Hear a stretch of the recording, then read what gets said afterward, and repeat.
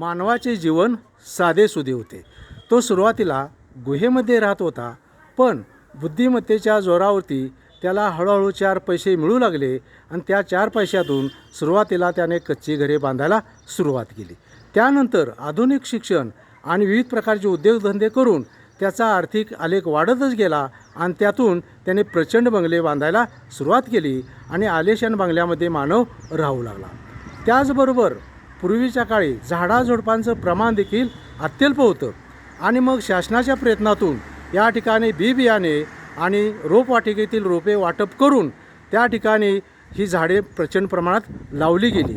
आता या झाडांचा उपयोग काय आहे, तर या झाडांचा उपयोग ऑक्सिजन पुरवठा होण्याच्या दृष्टीनं आणि सौंदर्यामध्ये भर काढण्याच्या दृष्टीनं या झाडांचा उपयोग अतिशय होऊ शकतो. म्हणून आता जी झाडं वाढलेली आहेत त्या झाडांचं संगोपन आपण केलंच पाहिजे आणि एकंदरीत पर्यावरणाचं संतुलन राखणं ही काळाची गरज आहे.